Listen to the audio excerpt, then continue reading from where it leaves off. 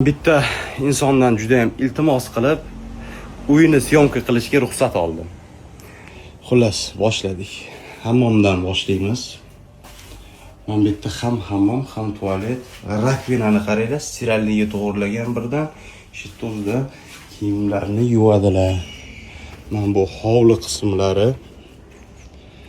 Men hech qanaqa sizlarga yomonlamoqchi emasman bularni. Men faqat sizlarga haqiqatdan ham kambag'al aholisi qay tarzda yashashini ko'rsatmoqchiman, xolos.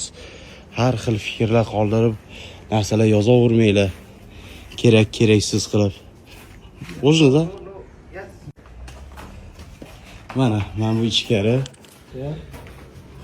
Ular kattagina ekan. Mana ham bu yerda yotishadi. Mana ana shu tarzda akamiz yashaydilar. Thank you sir. Good. It's good.